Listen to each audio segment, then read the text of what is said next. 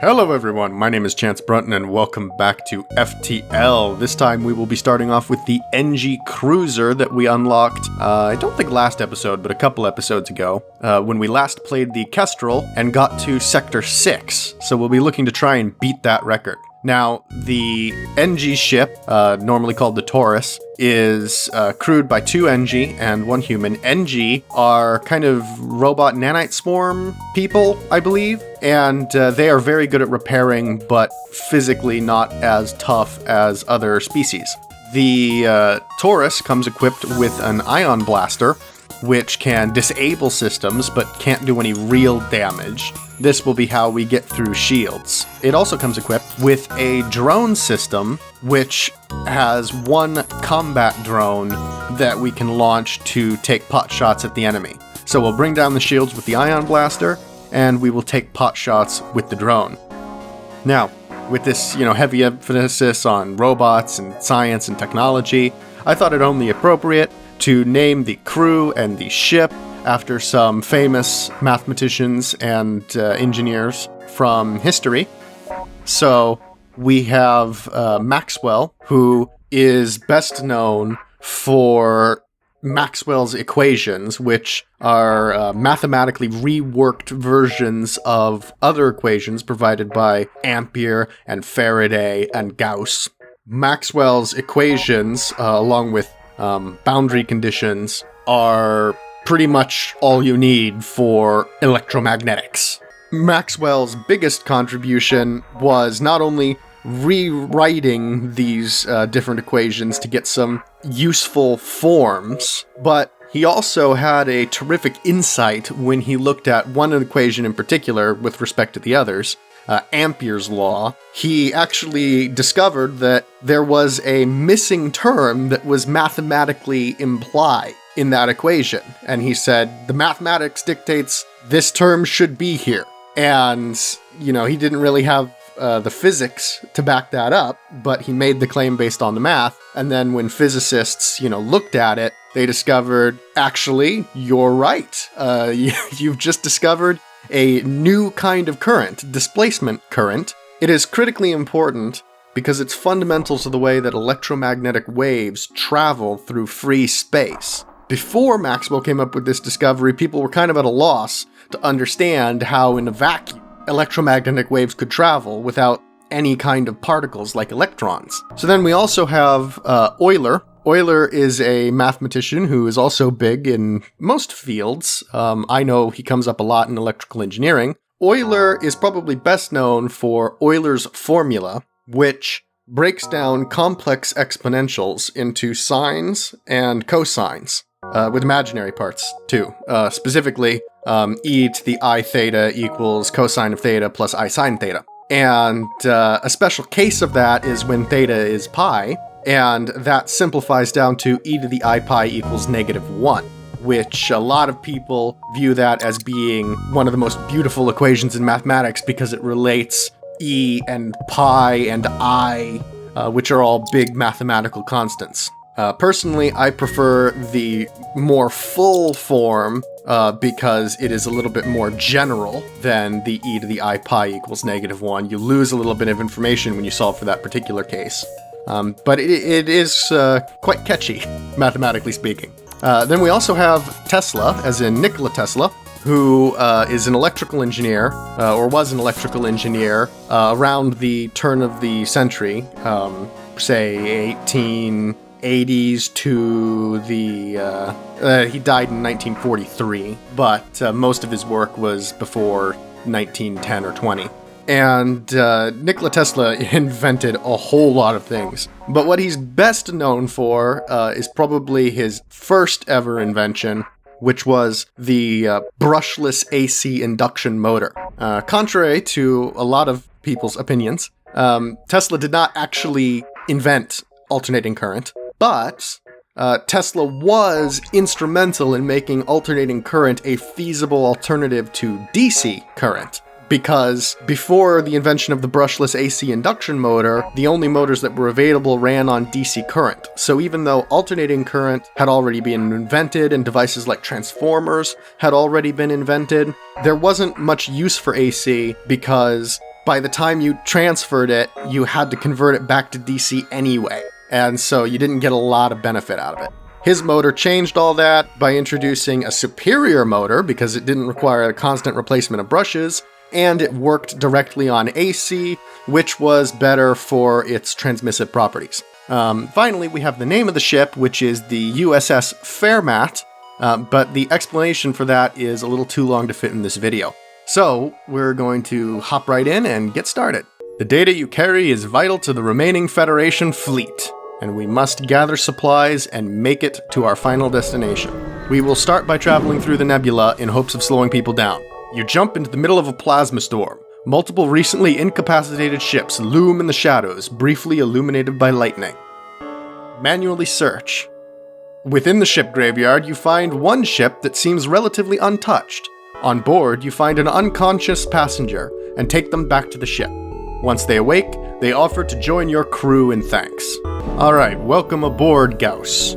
So Gauss is one of the mathematicians who kind of fed into Maxwell's equations. He's actually got two equations named after him. One is Gauss's law for electric fields, which he actually created, and the other one named after him is Gauss's law for magnetic fields, which is very similar to the original, which is probably why it was named after him. Fundamentally, Gauss's law for electric fields says that basically it says the divergence of the electromagnetic field, or the flux leaving a surface of the electromagnetic field encapsulating an area, is proportional to the electric charge density within that area.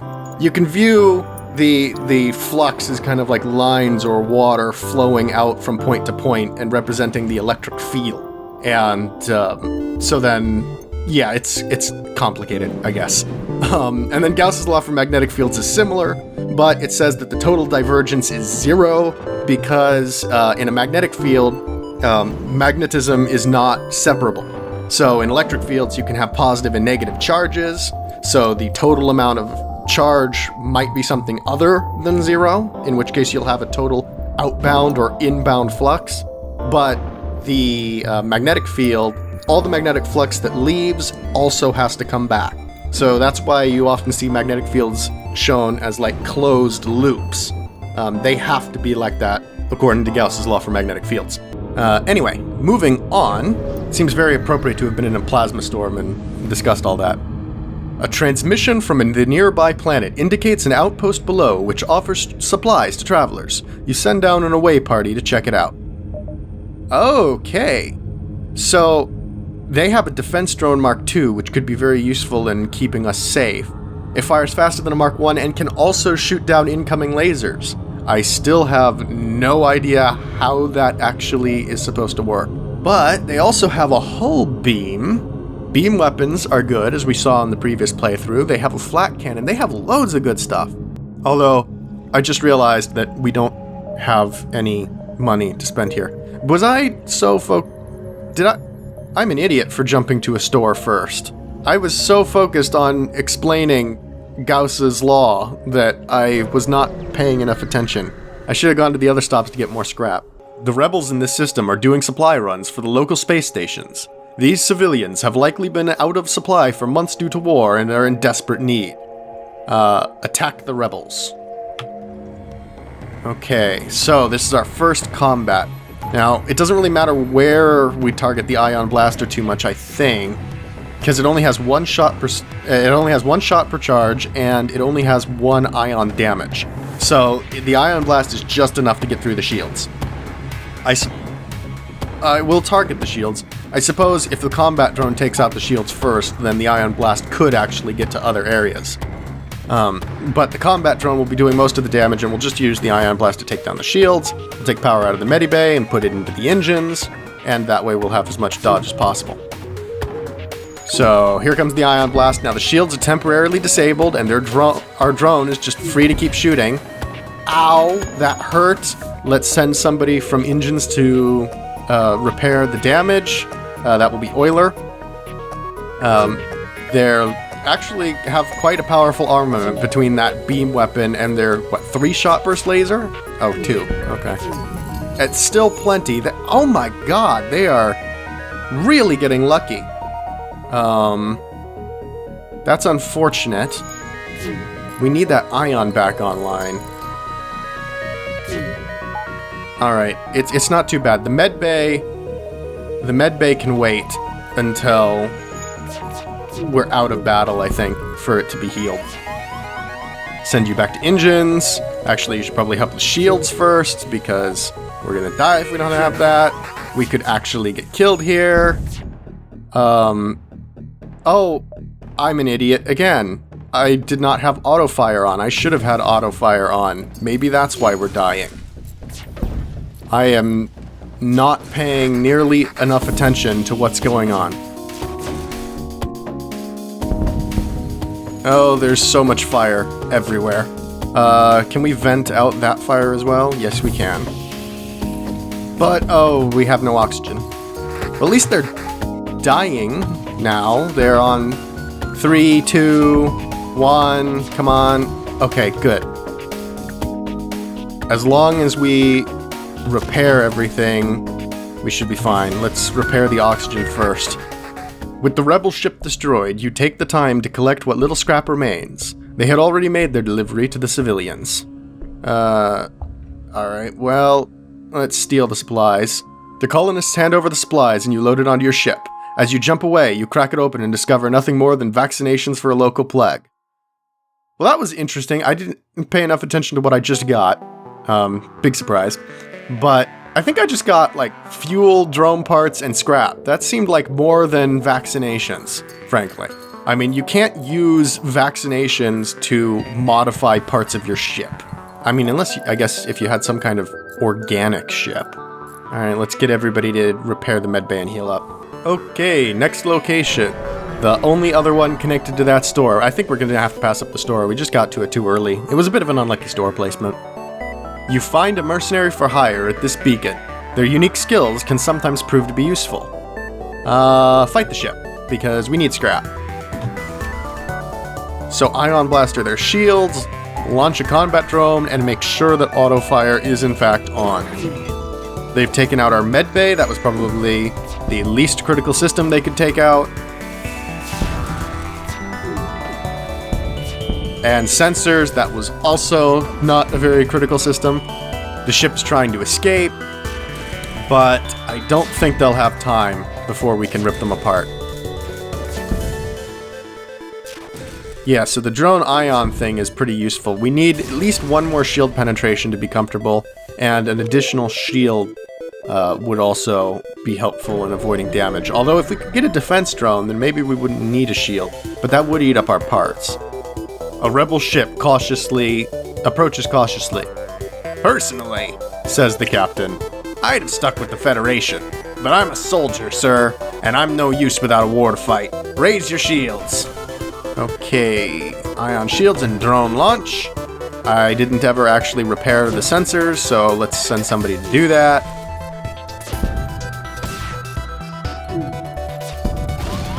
Ow, that really hurt. Was that a hull breach? I couldn't quite hear. No, fortunately it was not a hull breach. But they are getting us with a lot of missiles. One problem with this is that before we had lasers and things that could targetedly take out systems. I'm gonna see if I can ion bombard their weapons instead of their shields, and then maybe every other shot will actually hit their weapons and take some of it out. Yeah, that seems to be working, although the drone has already done a lot of work in making sure that the shield stays down. That might not work from the beginning of a battle, but we can test it out. Is there anything else I need to do? Oxygen or... No, I think we're fine. Let's view this distress signal, and then we'll cut upwards abruptly to try and get as many jumps in as possible before we hit the exit. We could use a store now. You find a number of ships fleeing from a small space station. You hail them, asking what's wrong. Help! We're being overrun by some sort of giant alien spiders! Okay, well, this is a really dangerous one. There's a very good chance we could lose someone here, but let's try and just see what happens. Send the crew to help. Giant alien spiders are no joke. Dang it! Your crew boards the station, cautiously moving between corridors. Suddenly, a man-sized arachnid bursts from a vent in the ceiling, followed by countless more. You fight your way back to the airlock and are forced to leave before accounting for all crew members. Not everybody made it back. Maxwell is gone. And he was our pilot too. Okay. Well, Gauss, you are going to be promoted to pilot. This is not in keeping with history because Maxwell was after Gauss, but too bad. Alright, so there is a store here. That's good.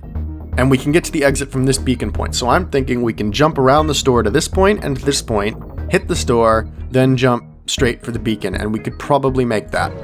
And then, hopefully, we'll have enough scrap to actually do something at the store. Scans reveal a large asteroid field nearby. Explore the asteroid field. A little scrap and a drone part. And a distress signal. That is promising for loot, although it might be dangerous. Once you arrive at the location of the distress call, a civilian ship hails you. Thanks for responding to our beacon. Our FTL navigation has gone haywire, and we can't plot a course to the nearest depot to get it fixed. Could you lead us there? Lead them to their destination. Take this bit of scrap as your down payment. We'll use your jump signatures to follow you. You're really helping us out here. Added a quest marker to your map. Okay, where is the quest marker though? Oh, perfect. That is directly on our way out of the system. So let's head to the store and see what we can get. There is only one other ship at this beacon, and it is showing heavy damage. You receive a message on your console.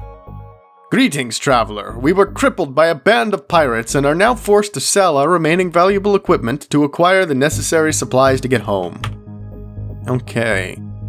So we could hire crew members to replace the one we've lost. Or we could get something... We could get some kind of weapon. Drone recovery arm is quite a big one because that allows us not necessarily to use... Yeah, so non-destroyed drones will be retrieved when jumping, allowing their parts to be reused. And that's guaranteed, apparently. So that could be really big. However, this chain laser also sounds really good. This dual-shot laser decreases in cooldown the more it fires. After 3 volleys, it only takes 7 seconds to charge. It takes 16 normally. Burst Laser Mark II fires 3 shots at 12 seconds. So... Yeah, you could get a lot more shots off with the chain laser. And then there's a hull laser. We do need to repair. At this point, we might not even live long enough to do anything. Okay, let's go with the drone recovery arm, because in the long run, that will allow us to use drones much more heavily. So if we do pick up a defensive drone and another combat drone, we can deploy more of them, and hopefully it'll be fine, because we won't run out of drone parts thanks to that. And then we'll use some of our remaining scrap to repair up a significant amount of the damage, and I think we'll leave it there and save up. I would like to be able to upgrade some other systems soon. You receive a hail from a station orbiting a nearby planet. Captain, we are Federation Terraforming Team C-12, and are in need of assistance. Do you have some time? You offer your assistance. Thank you. We need to scan this planet for life before we can begin terraforming, but our sensors can't get the necessary power to scan through this atmosphere. We've got a schedule. Any chance you can help? Attempt to scan the planet. You find if you modulate the feedback signal of your sensors to just the right frequency, you're able to get through the atmosphere and perform a complete scan. After a complete scan of the planet, you find no life. The team is grateful and ready to get to work. The station scientists have a unique talent for life support units and offer to upgrade your oxygen system as thanks. Upgraded the oxygen system by 1. Okay, so that will help prevent us from suffocating in future. It is now a little harder to take out our oxygen system, and if we have the power to spare, we can recharge oxygen faster by putting more power into the system. Now the question is, how many jumps can we get before the exit? So in one jump, they will be about here, 2 jumps about here, 3 about here. So if we go 1, 2, 3, we can probably make that. So we'll detour just a little bit to try and pick up more scrap. You come across a rebel automated scout ship pursuing a civilian ship. Weapons engaged. Aid the civilian ship. Alright, so Ion Blaster, target the weapons, and take power out of the medbay, and power up a combat drone. Let's see where their hacking system goes. To our oxygen! Fantastic! We're already at 75% oxygen. Oh, it's going... Okay, it's going to climb a little bit now that they have stopped being able to use it. When they recharge that... Oh! Now their hacking system is down, so they're not going to be able to use it again until they repair. I think these drones auto-repair, but it's not going to live long enough for that. So we are fine. It seems like in this case, the strategy of Ion targeting the weapons was actually a very good idea. Did we take any damage? Yeah, we did take a little. The civilian ship wisely made a fast retreat while you were distracted with the hostile ship. Yeah, we did take a little damage because our drone system got hurt. But we're fine. Fortunately, our drone system has 3 power, and our combat drone only takes 2, which means that if it takes just a little bit of damage to the system, it will only remove 1 power bar from the system's capacity, and the drone will still be functional. You escort the ship to the requested beacon. Much to your dismay, you are ambushed by a rebel ship! You walked right into their trap! Okay, well, I mean, it's not much of a trap. I expected to fight people. Not necessarily here, and I've been looking to fight people in order to get money. You know, if you had multiple ships ganging up on me, that would be another matter entirely. But as it is right now, I was actually looking for a fight. So this isn't a trap at all. So they have their own drone. Their drone can't penetrate our shields without help from their weapons. But they do have a lot of weapons. We're doing pretty well, though. The Ion is managing to keep the shields and weapons offline a substantial amount of the time. Not perfectly, but well enough. The ship explodes, leaving behind a useful collection of scrap material. Let us repair the rest of the medbay. Oh, also, our ship comes... I forgot to mention this at the beginning. Our ship comes with an NG Medibot dispersal. Yeah, NG nanobots heal crew outside the medbay, but at a reduced speed. So inside the medbay, they will heal faster, but our crew will actually heal regardless of where they are on the ship. At least they'll heal some. So that means pulling people off of systems less. An advanced Rebel automated ship remains stationed near a small Rebel space station. Sensors indicate it's a storage vessel for military goods. Attack it to get to the storage cache. Launch drones, target the Ion Blast. They have a drone too. I'm more concerned about their missile weapons. They got a shot off, but we hit them. We're evading. It's looking pretty good. Their weapons are fully disabled now. So maybe we should actually move our Ion Blast since their weapons are fully disabled. Then if we can get a shot between the shields, we might hit, like, the drone system, like that. Excellent. Yeah, they're gonna die very soon here. You salvage what you can from the broken ship. The station is a storage site for various resources. You salvage everything possible. Excellent. There's no point, I think, in upgrading most of our systems yet. We don't have enough to be able to really upgrade our shields, because we'd also have to upgrade power. But we're getting close. Let's go to the... Oh my god, there are so many hostile sectors.